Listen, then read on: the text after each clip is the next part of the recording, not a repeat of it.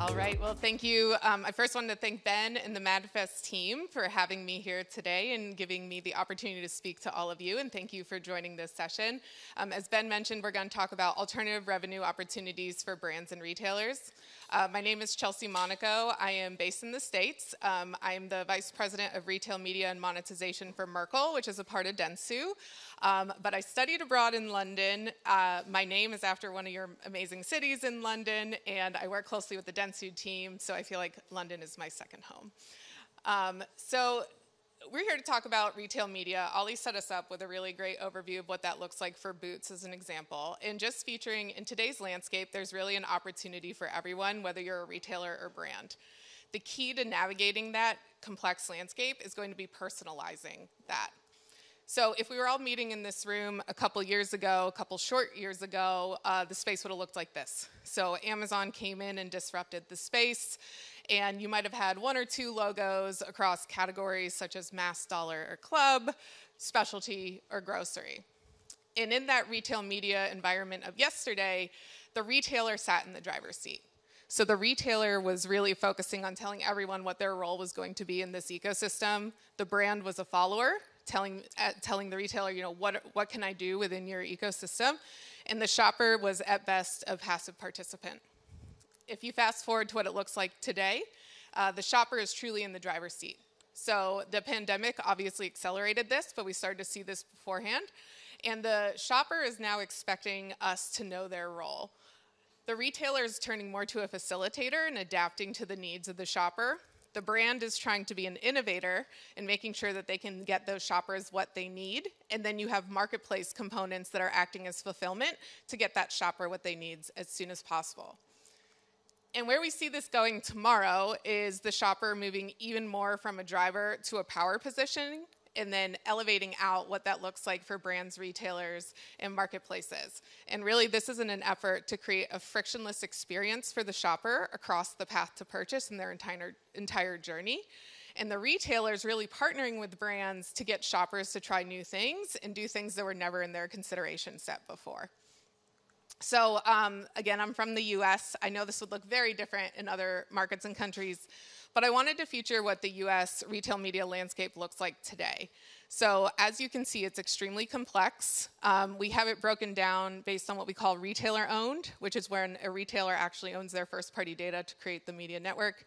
E-commerce owned, which is a number of first party data across retailers coming together. And aggregated marketplaces, which are retail partners from a tech perspective able to drive to retailers. And we still have mass dollar and club really dominating the space, but what we've seen recently is this rise, especially in specialty, grocery, and pharmacy. So I feel like this is kind of where the UK and other markets are going to expand. And if you are working as a brand, for example, you're saying, how do I navigate this landscape? And then on top of that, you have your own owned and operated properties. So either it's physical store locations, mobile apps, direct-to-consumer or e-commerce enabled properties, and in some instances, parks and entertainment that a brand owns. So it's a very complex landscape. It's a very complex space. So if you're a retailer, you're asking yourself, what makes my first party data valuable in that sea of competition? How do I stand out? How do I differentiate my offering? And why would a brand want to come and invest with me from a strategic perspective for joint business plans or commitments? If you're a brand, you're saying, where do I spend my next best dollar? Do I do it on retail media networks? Do I do it on my owned and operated? What does that media mix look like across that? Where is my shopper? How can I personalize her experience? And how do I continue to capture my first party data across my owned and operated when I see my shopper go to all of these retail environments? And in this complexity, a lot of times brands and retailers both often lose the concept of what's really important, which is the shopper being at the core of everything we do. So we want to be sure that we're where shoppers are now and where they're going next. And that is going to happen by putting our shoppers at the center of our business making from a decision perspective. So whether you're a retailer or brand, this is going to look very different. I'm going to go into that in a little bit. But the common theme across all of this is really a need to know your shopper through a strategic approach to your first party data. So I'll start on the retailer side. What that means is starting with strategic partnerships. This is from a brand perspective, who you're going to partner with as a retailer, an agency perspective, and making sure they operate as an extension of your team, and also a tech partnership perspective, understanding should I build, buy, or partner with a tech partner. And that enables joint business planning. So a lot of times we see JBPs really be based on media capabilities, and we really want to move towards having more strategic partnership conversations past media. Focusing on data, really understanding your shopper, the valuable insights that you can bring to this industry, and that will enable differentiation, how you can stand out in this complex landscape.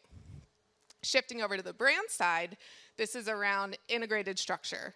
So from our experience, a lot of brands from an organizational perspective usually have siloed structures across brand performance and shopper trade, whether that be internal stakeholders, budget funding, KPIs, decisioning. And what happens is that does not enable that frictionless experience for the consumer. So it's around overcoming those organizational silos and integrating your structure, and then use that to fuel making business decisions instead of media channel decisions.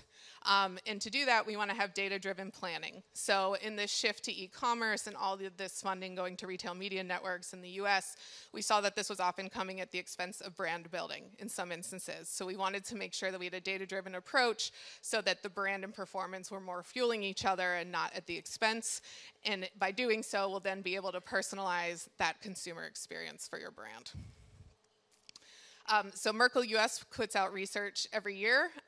This is from our research, and I thought it's really interesting on where this space is going. So more than half of the brands believe that retail media networks can add more value by providing insights with media buying optional. So a couple years ago, if you wanted to have retailer data, you had to invest in their retail media network and buy through media. Now there's an offering of just getting their insights. And in fact, it's kind of becoming table stakes in the US for what brands are expecting from retailers. And on top of that, McKinsey came out and said that business leaders predict that by 2026, half of all revenues related to products, services, or business are going to come from things that haven't yet been created. So if we pause on that, if we're meeting back at MadFest 2027, we're all going to be talking about things that don't exist right now. So that's kind of the setup and the complexity of the space and really what the opportunity here is for everyone in this room. And it's around monetization and figuring out alternative revenue streams that you can have, whether you're a brand or retailer. And they're both going to be based on a strategic approach to your first-party data and figuring out how do you monetize your owned assets. So in order to do that, there's a couple different approaches here for alternative revenue. It all starts with data. So from a data perspective, this is around understanding what data assets you have that can identify unmet needs in the market and how you can monetize those. The second is loyalty. So I'm sure a lot of brands already have existing loyalty programs, and this is more in the lens of increasing your first-party data from your loyalty perspective, but also figuring out how you can use data you captured from loyalty to self-fund other branding efforts through monetization. The third is marketplace, which is selling audiences through a third-party environment. Media, so monetizing your existing assets through owned media, and then insights, so figuring out where you can sell your insights. So again, this is really complex. So in order to simplify this, what we wanted to do is walk through 3 different approaches to capitalize on this opportunity surrounded by first-party data. So the first is media, the second is partnerships, and the third is monetization. So again, the same themes, whether you're a retailer or brand, but how that is executed and what you're going to do and what that means for each of you is going to be different. So I'll start on the retailer side. It's a relatively new space, as Ali mentioned in the previous one, but this is more advanced than the brand side as it relates to media and monetization. So if you're a retailer and you want to monetize through media, that is creating your own retail media network. So there are over 125 retail media networks globally. So that number will continue to grow. A stat from the US is actually a retail media network is created every 45 to 90 days. So the second here is on partnerships. This has a couple use cases. We're talking about partnerships in the lens of commingling your data in a safe, privacy, clean room environment. So this could be with a retailer or brand. So a brand partnering with a retailer and vice versa to get a better understanding of that overall shopper outside of that one retailer location. It could be two retailers coming together if there's a joint venture or a privacy-safe way to share their information. Or it could be a retailer partnering with a tech partner so that you have more first-party data. And then the third element here is on data monetization. So I showed that stat that 65% of brands are just expecting that they're going to get insights about their shopper at your retailer. So this is buying into that. So it's making sure that you have your first-party data available as a monetization revenue source for you that you can then share with brands to have a better understanding. And then on the brand side, it's the same three topics, but it looks very different. So when you're a brand and you're thinking about monetization from a media perspective, this would be using your owned and operated properties as a global ad network. So I'll take an example. I work on a large CPG brand. And one thing we're talking about is instead of doing all of our media buying through third-party vendors or DSPs, using our own portfolio of owned and operated to monetize across. So if you buy a coffee machine, for example, instead of having a third-party buy for coffee creamer, using your thank you page of the coffee machine to drive to that coffee creamer site. So it stays within your ecosystem. You do not give money to a third party, and you have more media efficiencies while still having a qualified and personalized experience for the consumer. The second here is on partnerships. This one is admittedly a little out of the box, but we see this as the future, and I'm having conversations with a lot of brands in the US about this in particular. And we saw the rise of retail media networks and how complex this space is, but the reality is a lot of these mid to smaller tiered retailers can't afford to do this, or they don't have it on their radar from an organizational perspective to do this. So if you're a brand, there's an opportunity here for a partnership where you would actually build a retail media network for a retailer and say, I will fund your retail media network to be stood up, and in exchange, I'm going to get all of the data back that you're going to acquire through that retail media network. So this is really good for CPGs or brands that don't have access to a lot of first-party data. It's a way that they can get more qualified users and also have a mutually beneficial program across retailers and brands. And then the third is on data monetization. This is the one that brands are the most scared about when we talk to them about it. But similar to the retail side, it's really packaging up your first-party data as an audience and selling that out to relevant parties. So a use case here is we have a proprietary data tool, and we use that to kind of inform our decision making. And we found research the other day that, and I'm going to poll the audience, what do you think is the product that most people bought first when they found out that they were pregnant?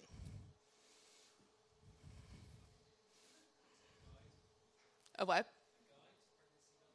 A pregnancy guide?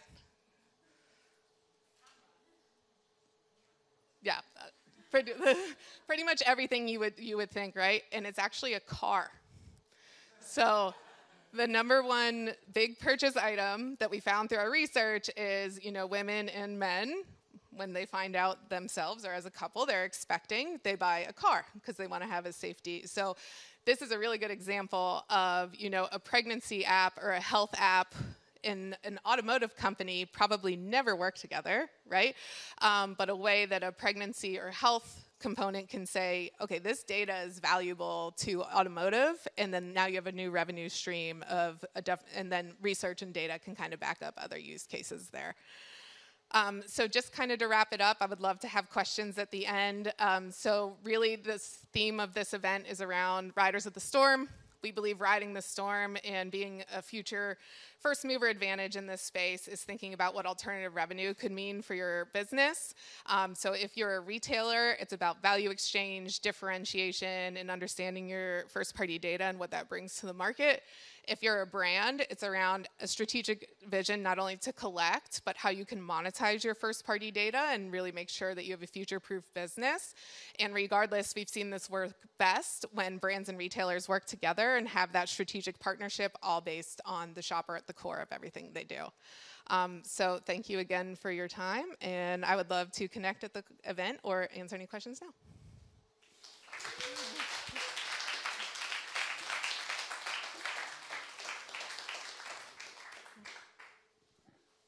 Outstanding. Thank you very much, Chelsea. Again, Chelsea is open for questions, so let's take this opportunity. Does anyone have a question to ask Chelsea? I can see all of these faces eager for happy hour. I know I'm between you and a beer, so we can do it at a beer too. Chelsea, you told us obviously retailers are ahead of brands. Are you having first contacts with brands we are looking after, brands we're not looking after, who are really trying to monetize this? Because I think that seems to be the next step. Yeah. No, it's a great question. So the answer is yes, with a caveat that the retail media landscape's new, and then this brand monetization is even newer within that landscape. So it takes a lot of education, and really it has to be like a top-down decisioning. So a lot of times the people that will understand this concept the most are the retail media buyers. So it's around educating them and figuring out what that organizational structure looks like, so you can talk to, you know, the CMOs or the people that are making that decision and then customize it to their language. But we also have a proven model, calculated algorithm that if we understand elements around your first party data, we can size the opportunity. So when we're talking to brands and retailers, if we put a big number in front of them, it usually gets them more excited, and then we can figure out how to make that happen. I have to run quick for this one. It's the most exercise I've done all day, thank you.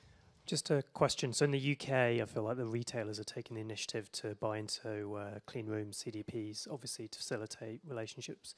In the US, do you see more of a proactivity from the brands themselves to buy into clean rooms and those kind of pieces of technology more so than other markets?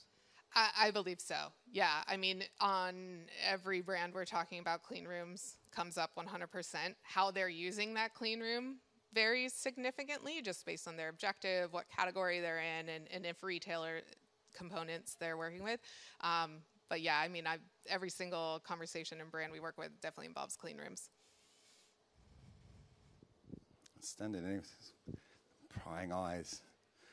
No, excellent. Again, another round of applause for Chelsea. Thank you very much.